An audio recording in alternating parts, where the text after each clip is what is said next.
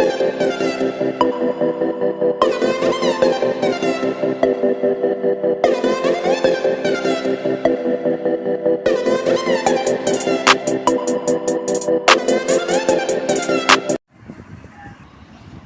वालेकुम स्टूडेंट, आज करवाएंगे बच्चों आपको 8th class new countdown book है, चैप्टर नंबर 9 है। पहले हम एक्सप्लेनेशन देंगे आज की वीडियो में, उसके बाद हम एक्सरसाइज शुरू कराते।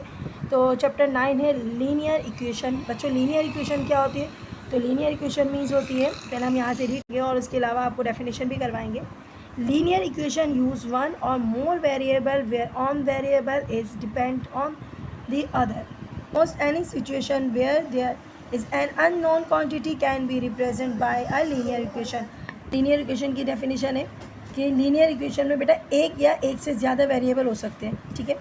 Depend on the order almost any situation, ये हमारी किसी भी सिचुएशन में कोई भी क्वांटिटी मालूम करनी हो, किसी भी अननोन नंबर की क्वांटिटी मालूम करनी हो, तो हम ये लीनियर इक्वेशन जो है वो यूज़ करते हैं।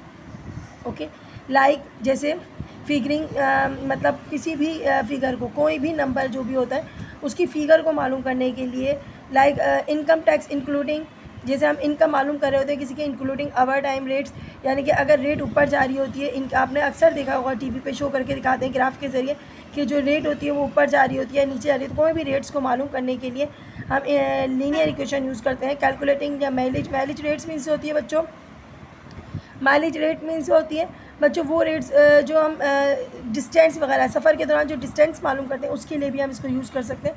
प्रिडिक्शन ऑफ प्रॉफिट, अब हम ये देख सकते हैं, हम अंदाज़ा लगा सकते हैं कि हमने प्रॉफिट हो रहा है या हमें लॉस हो रहा है, तो इसकी मदद से हम ये भी लगा सकते हैं। तो लीनियर इक्वेशन आपके लिए बहुत बहुत ज़्यादा ज़रूरी है।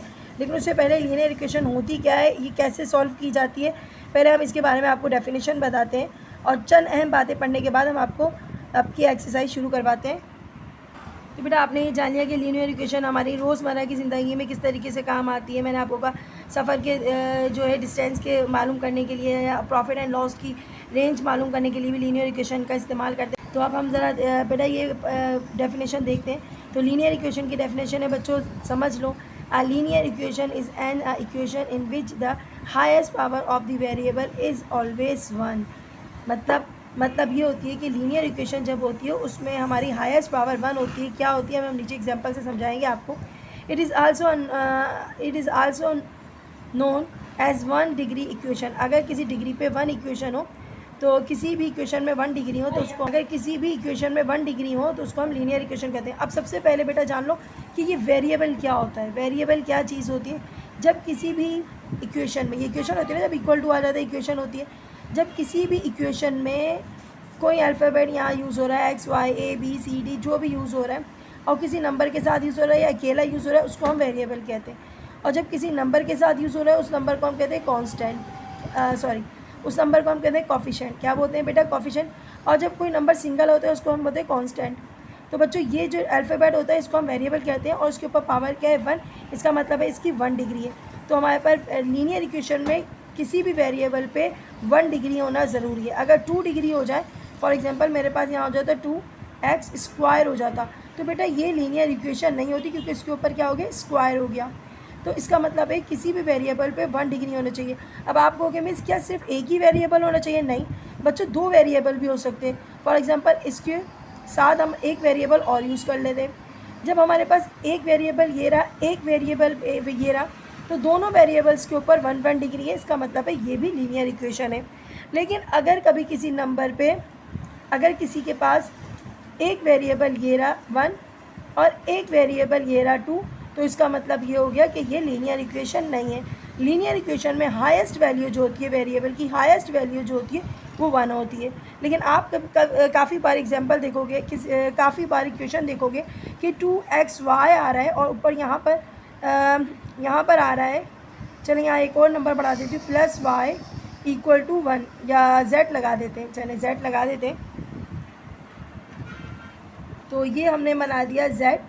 तो बेटा यहाँ पर इक्वल 1, यहाँ पर डिग्री 1, यहाँ पर डिग्री 1, 1/1 कितना होता है? क्योंकि ये एक, तो ये 1/1 कितना होता है? 2 होता है। तो यहाँ पर आ गया 2, तो इसका मतलब है यहाँ वेरिएबल की पावर 2 आ गई, तो ये लीनियर इक्वेशन नहीं है। तो बच्चे इक्वेशन के लिए ज़रूरी है कि वेरिएबल की वैल्यू क्या होनी चाहिए, वेरिएबल की डिग्री क्या होनी चाहिए? 1 होनी चाहिए। ओके, तो तो हमने क्या समझा बच्चों, लीनियर इक्वेशन एक ऐसी इक्वेशन होती है जिसके अंदर हमारे पास वेरिएबल जो होते हैं, हमारे पास एक या एक से ज़्यादा वेरिएबल होंगे, लेकिन उनकी डिग्री जो है वो क्या होनी चाहिए, उनकी डिग्री 1 होनी चाहिए। अगर डिग्री 2 आ गई तो इसका मतलब है वो लीनियर इक्वेशन नहीं है। तो बेटा इसके अलावा हम आपको थोड़ा सा ये भी बताते हैं कि हॉरिजेंटल क्या होता है, वर्टिकल क्या होता है। यहाँ पर हमने लीनियर इक्वेशन एक्सप्लेन की थी, ग्रेडियंट में भी आपको ग्रेडियंट एक्सप्लेन करके दिखाऊंगी, वाई इंटरसेप्ट भी एक्सप्लेन करके दिखाऊंगी बच्चों, क्योंकि इसका अभी हमारे एक्सरसाइज से बहुत गहरा ताल्लुक है। ठीक है, तो लीनियर इक्वेशन हो गई, ग्रेडियंट मैं आपको करके बताती हूँ अभी। उसके अलावा सबसे पहले जो है हमारे पास वर्टिकल और हॉरिजेंटल, इसको हम पहले एक्सप्लेन कर देते हैं। बेटा वर्टिकल्स आप बचपन से ही करते आ रहे होंगे, अगर नहीं भी करें तो कोई बात नहीं। जब ऐसी स्ट्रेट लाइनें होती है ना, स्ट्रेट लाइनें जैसे लाइनें होती हैं बिल्कुल इस तरीके से जो होती है रॉ की सूरत में होती है, उसको हम कहते हैं हॉरिजेंटल। क्या बोलते हैं बच्चों, हॉरिजेंटल लाइन। और वर्टिकल्स लाइन वो होती है जो स्ट्रेट लाइन होती है ना, ऐसे देखो ये ऐसे बनी हुई नज़र आ रही है आपको बुक में, इसको हम बोलते हैं वर्टिकल्स लाइन। और ऐसी जो लाइनें होती हैं रॉ की सूरत में होती हैं, जो रॉ को शो कर रही होती है उसको हम हॉरिजेंटल कहते हैं, जो कॉलम की सूरत में होती है उसको हम वर्टिकल्स कहते हैं। बच्चों ये कॉन्सेप्ट आपका क्लियर होना ज़रूरी है। उसके बाद पैरेलल लाइन्स हो गया, पैरेलल्स लाइन भी हम आपके लिए शो कर देते हैं। पैरेलल्स लाइन क्या होती है बच्चों, जो लाइनें दोनों एक दूसरे के आमने सामने मौजूद होती हैं उसको हम पैरेलल्स लाइन कहते हैं, जो बिल्कुल एक दूसरे के आमने सामने होती हैं और बिल्कुल एक दूसरे से क्या नहीं हो रही होती, कट नहीं हो रही होती, उनको हम पैरेलल्स लाइन कहते हैं। फॉर एग्जांपल हम यहाँ पर देख लेते हैं, जब दो लाइनें इस तरीके से जा रही हों इनको हम क्या बोलते हैं, पैरेलल्स लाइन। ओके बच्चों, और इसको हम शो कैसे करते हैं, फॉर एग्जांपल ये L है और ये L2 है, तो हम क्या कहेंगे L1 पैरेलल है L2 के।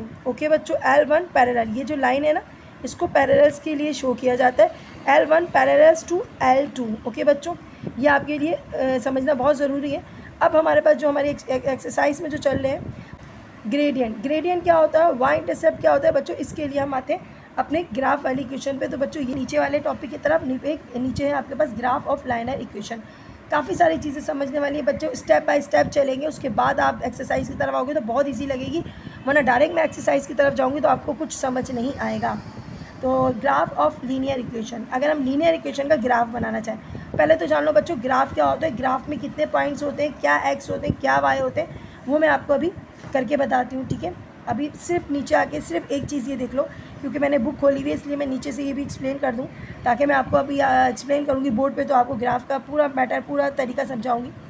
उसके बाद देखो बेटा क्या लिखा हुआ है, general form of the equation of a straight line is given by, जैसे ये हमारे पास कौन सी इक्वेशन है, ये गिवन है हमारे पास linear equation y equal to mx plus C. अब बेटा इस इक्वेशन को बहुत अच्छे से याद कर लो बच्चों, ये एक लीनियर इक्वेशन, कौन सी इक्वेशन है बच्चों, ये एक लीनियर इक्वेशन है। तो बच्चों यहाँ पर m जो है ना, m हमारा जो है वो ग्रेडियंट को ज़ाहिर करता है, किसको ज़ाहिर करता है, ग्रेडियंट को ज़ाहिर करता है, m किसको, ग्रेडियंट, और यहाँ पर जो c है ना वो y इंटरसेप्ट को ज़ाहिर करता है। ये याद रखना, ये एक लीनियर इक्वेशन है। ग्राफ के लिए हम कौन सी इस्तेमाल करें, ग्राफ इन लीनियर इक्वेशन में ये इक्वेशन आपको अच्छे से समझनी है।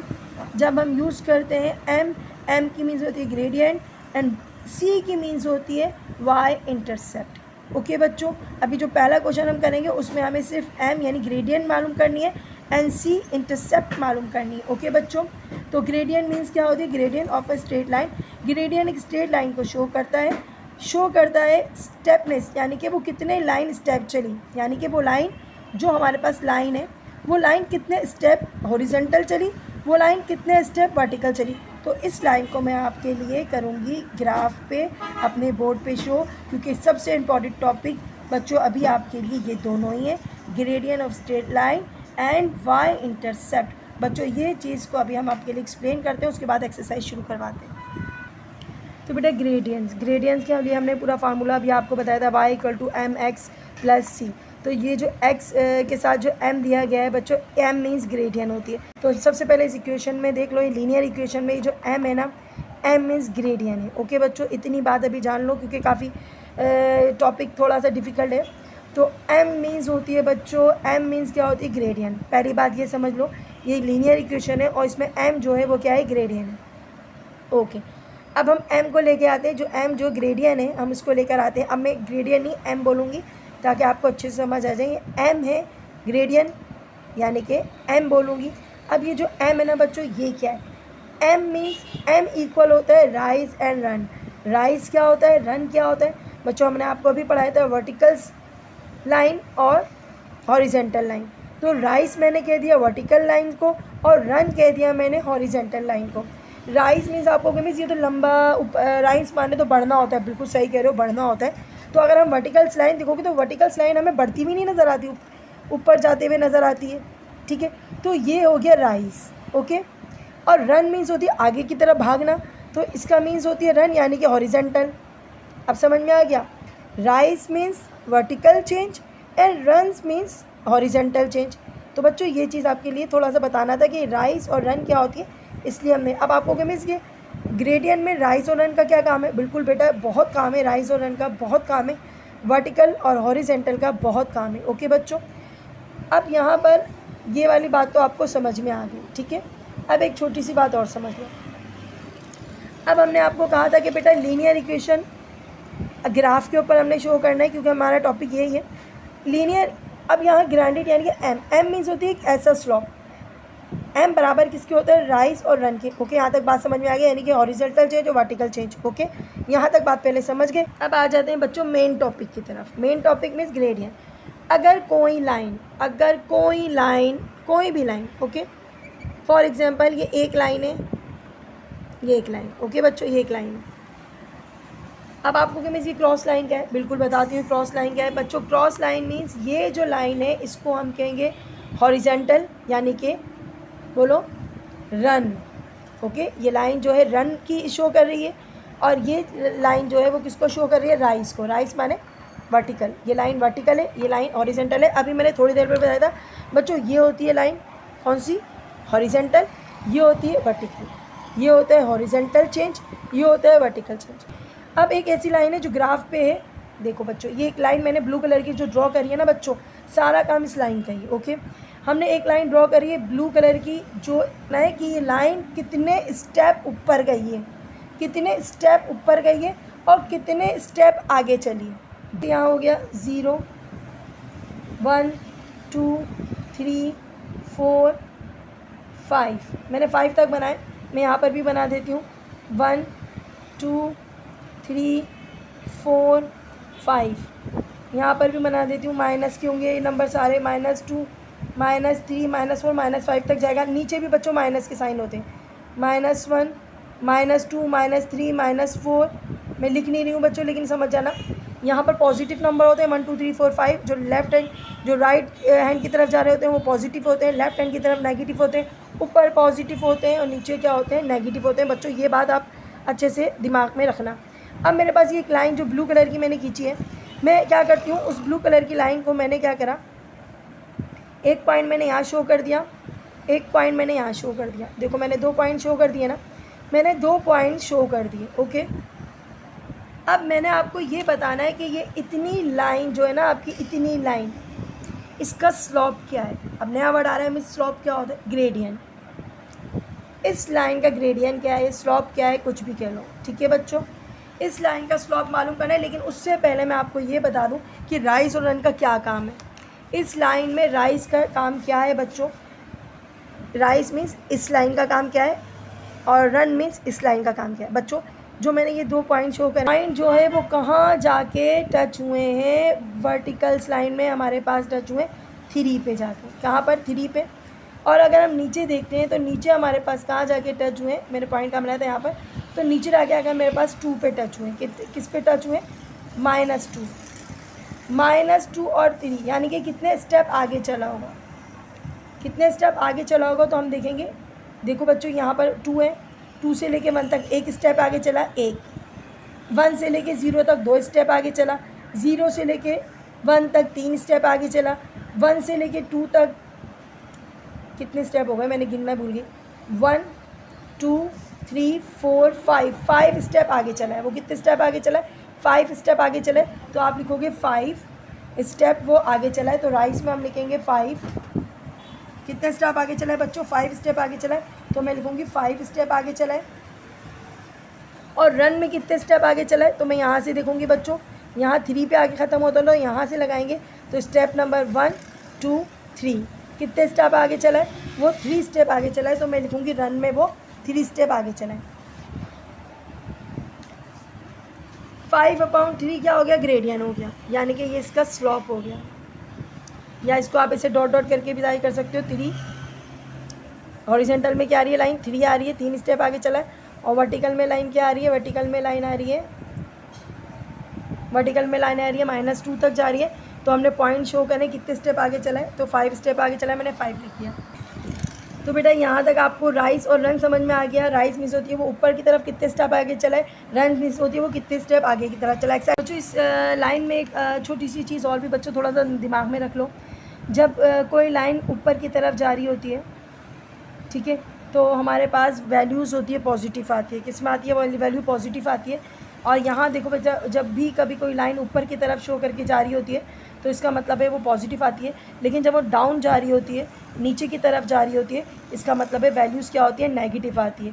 तो वैल्यूज़ क्या आएगी, अब ये तो मेरे पास प्लस पॉजिटिव में आ रही है क्योंकि मेरा ग्राफ ऊपर की तरफ जा रहा है। जब लाइनें ऊपर की तरफ शो की जाती हैं, राइज हो रही होती है, उसका मीन्स होती है वो लाइनें जो हैं वो कहाँ जा रही होती है, ऊपर की तरफ जा रही होती हैं। तो उसको हम क्या बोलते हैं, वो हम पॉजिटिव पावर लाते हैं। और जब डाउन जा रही होती है, नीचे की तरफ जा रही होती है, हम पावर क्या होती है, नेगेटिव ला रहे हैं। लेकिन मेरे पास अभी दोनों पॉजिटिव आई हैं क्योंकि मेरी लाइन ऊपर की तरफ जा रही थी इसलिए। जैसे ये 0 है, अगर मैं इसको कहूँ 1, इसको 2, इसको 3, अब नीचे की तरफ जाऊँगी तो बिल्कुल इसी तरीके से -1, -2 और -3। तो मतलब ये हुआ जब मेरी लाइनें ऊपर की तरफ जा रही होती है, अगर कोई लाइन ऊपर की तरफ जा रही है तो हमारा वो ग्राफ क्या कहलाता है, हमारा ग्राफ कहता है जो हमारी जो वैल्यूज़ आती हैं वो पॉजिटिव आती हैं। और जब कोई लाइन हमारी नीचे की तरफ जा रही होती है तो हमारी वैल्यूज़ क्या आती हैं बच्चों, नेगेटिव आती हैं। छोटी सी बात थी आपको समझाने के लिए। तो बेटा यहाँ पर आपकी बुक के अंदर पूरा जो मैंने एक्सप्लेनेशन दिया हुआ है, सारा एक्सप्लेनेशन यहाँ मौजूद है, ठीक है बच्चों। पॉजिटिव होता है तो गोइंग अप होता है, नेगेटिव होता है डाउन अप होता है, मैंने आपको बता दिया। 0 लाइन पे जो तो गोइंग स्ट्रेट द हॉरिजेंटली, तो उसको हॉरिजेंटल लाइन कहते हैं। ओके, ये भी आपको पता है।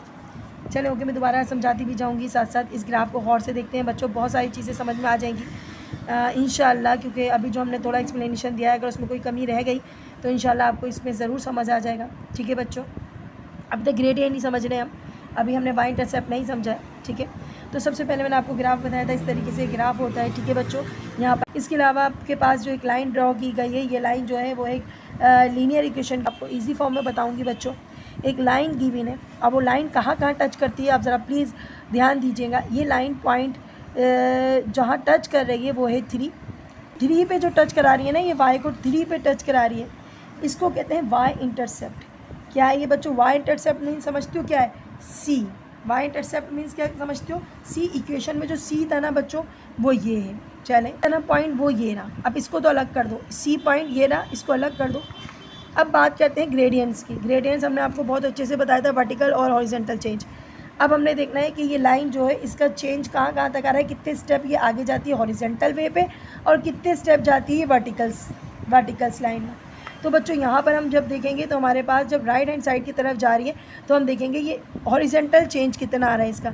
तो इसका हॉरिजॉन्टल यहाँ से लेकर यहाँ तक आ रहा है। कैसे पता चला, क्योंकि इसका अगला पॉइंट यहाँ था तो हमने इसके अगले पॉइंट को नीचे तक लेकर गए, नीचे तक लेके जा रहे हैं तो 4 यूनिट्स क्या आ रही है, 4 यूनिट्स का इसका चेंज आ रहा है। ओके, और अगर हम इस तरीके से इसको हॉरिजॉन्टल देखते हैं तो हॉरिजॉन्टल में भी इसके 4 यूनिट्स आ रहे हैं। तो इसको आप गौर करोगे तो ये रन कितना कर रही है, ये रन कर रही है लाइन 4 यूनिट। इसको नीचे तक लेकर आओगे ना तो ये कहाँ तक रन कर रही है, 1 यूनिट, 2 यूनिट, 3 यूनिट, 4 यूनिट। तो ये क्या कर रही है, 4 यूनिट तक रन कर रही है। और अगर ये ऊपर की तरफ जा रही है तो ऊपर की तरफ जाके देखते हैं तो ऊपर की तरफ भी जो है ये 3 के साथ ज्वाइन जहाँ से हो रहा है, 3 के साथ जहाँ से ज्वाइन हो रहा है तो यहाँ से भी हम देखेंगे तो ये 4 यूनिट ही करेगी। देखो 1 यूनिट, 2 यूनिट, 3 यूनिट और 4 यूनिट। तो ये 4 यूनिट तक क्या कर रही है, राइज कर रही है। समझ आ रही है बच्चों, गौर से सुनो। जहाँ से वाई शुरू होता है, जहाँ से वाई शुरू होता है वहाँ से हम ऊपर की तरफ जाते हैं तो हम देखते हैं 1 यूनिट, 2 यूनिट, 3 यूनिट, 4 यूनिट।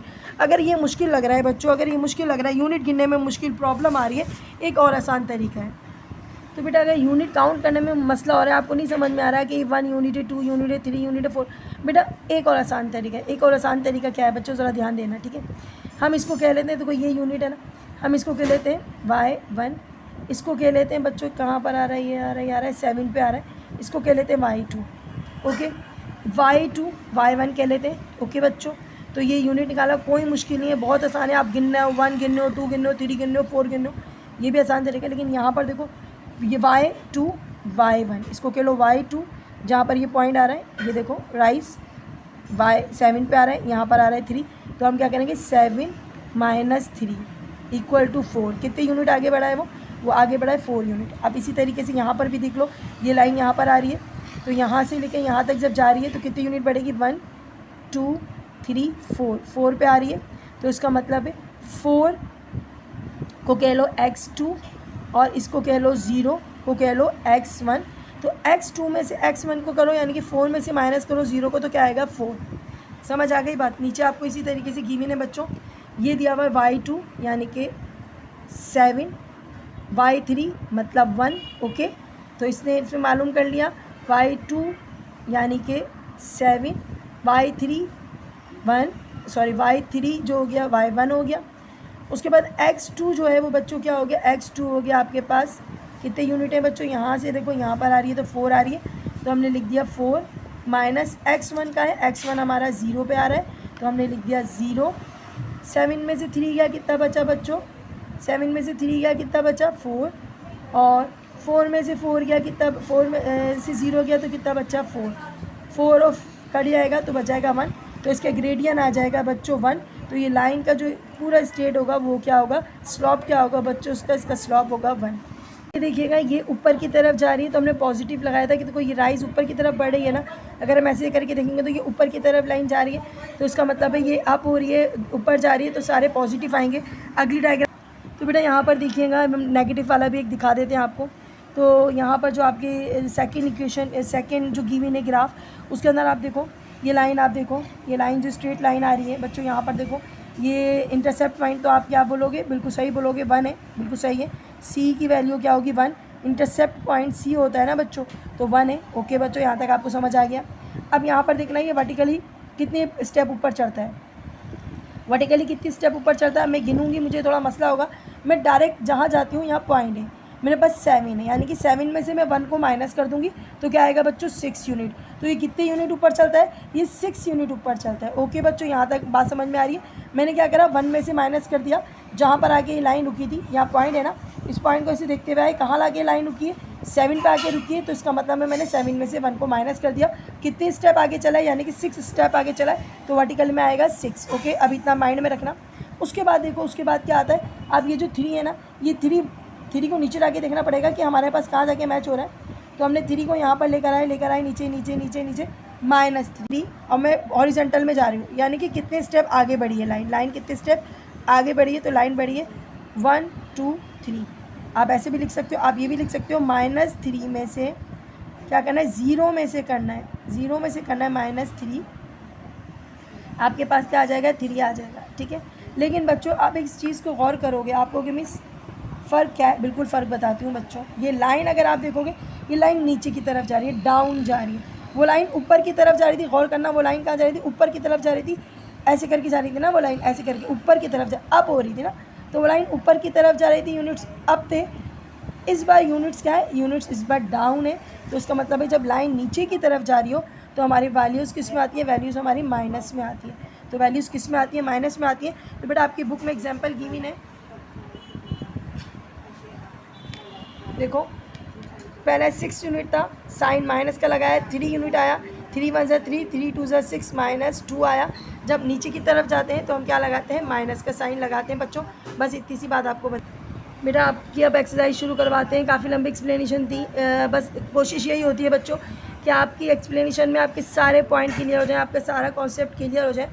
तो बच्चों फर्स्ट क्वेश्चन हम रीड कर लेते हैं, और बच्चों इसमें 5 डायग्राम्स है, 5 ग्राफ्स हैं, और मुझे पूरी उम्मीद है आपको सब बहुत अच्छे से समझ आ जाएगा। Find the gradient and Y intercept of each line, यानी कि हर लाइन का आपने ग्रेडियंट शो करना है कि वो लाइन कितने स्टेप ऊपर चली है, कितने स्टेप आगे बढ़ी है। ओके, और वाई इंटरसेप्ट मालूम करना है कि वो लाइन कहाँ पर आके टच करके गई है वाई को। Okay, and next second diagram में भी आपके पास यही है। तो फर्स्ट डायग्राम आप देखते हैं, बोर्ड पे ड्रॉ करके बताया है आपको, इंशाल्लाह आपको अब साफ नज़र आ रहा होगा। अब हमने देखा हमारी जो लाइन थी वो हमारी लाइन थी -12 पे पॉइंट, सही है। वर्टिकली लाइन जो जा रही थी वो -12 पे जा रही थी। अब -12 से कितने स्टेप आगे जा रही थी ये चेक करना पड़ेगा। -12 से जा रही है तो ये यहाँ पर आ रहा है 4 पे आ रहा है, -4 पे आ रहा है। तो -12 और -4 अगर इस तरीके से आप देखोगे ना तो ये 4 पे आ रही है। वर्टिकली लाइन देखने 12 से जाकर ये 4 पे जाके मैच हो रही है। तो ये हमारा y2 होगा, ये होगा हमारा y1। तो y2 में से हम क्या करेंगे, y1 को माइनस करेंगे, ये याद रखना, y2 -12 और y1 -4, ठीक है। तो बच्चों इसको हम ऐसे भी लिख देते हैं ताकि आपको याद रहेगा। y2 हमारा हो गया -12 और y1 हो गया हमारा बच्चों -4। बहुत तरीके हैं, आप स्टेप बाय चल सकते हो, 2, 2, 4, 2, 6, 2, 8, बहुत लंबा हो जाएगा, लेकिन मैं आराम से आपको बता रही हूँ, फार्मूले के थ्रू चलेंगे बहुत ईजी होगा। तो ये कितने स्टेप आगे चला है ये बताने के लिए हमने क्या करेंगे, y2 और y1 को याद रख लेंगे। y2 हमारा आ रहा है 12 और ऊपर जा रहे हैं तो हमारा क्या आ रहा है, यहाँ से ऐसे करके देखेंगे तो क्या आ रहा है -4, y2 -12 y1 -4। बच्चों इतना याद रखो। उसके बाद हमने क्या करना है, हमने रन्स देखना है।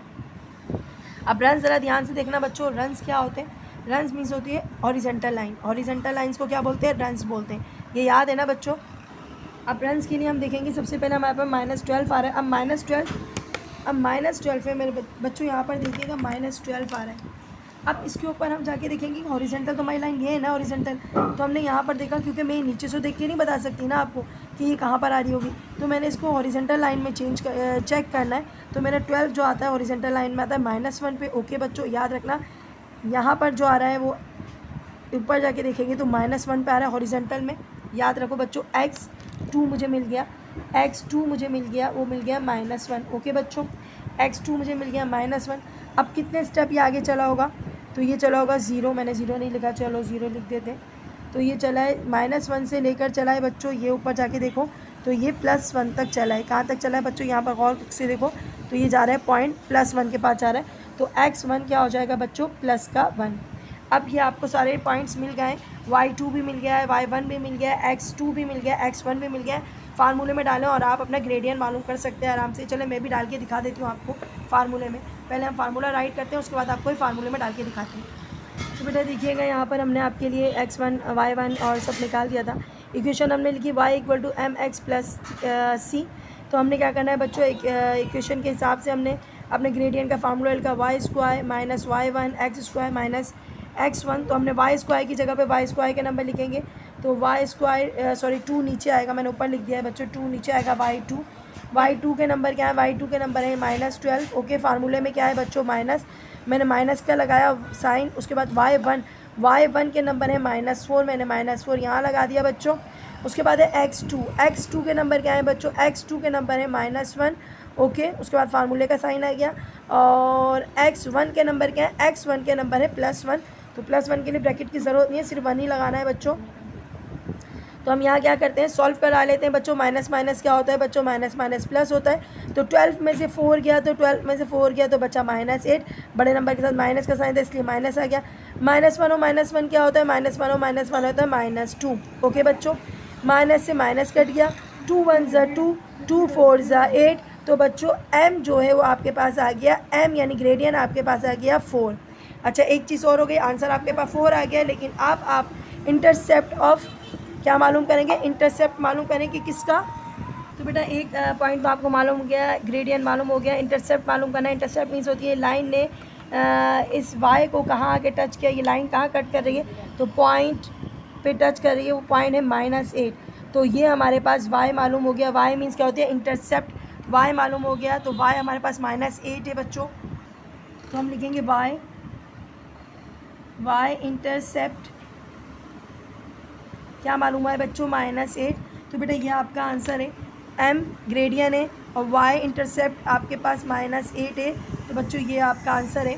अभी एक ही क्वेश्चन करवाया है बच्चों, इसके अलावा 4 क्वेश्चन अभी बाकी हैं। बेटा आप लोग करने की कोशिश किया करें, और अगर आपको समझ आ गए और आपने कर लिए तो बहुत अच्छी बात है, लेकिन अगर नहीं समझ आए तो अपने कमेंट्स में बताएं ताकि हम ये क्वेश्चंस मज़ीद आगे बढ़ाएं।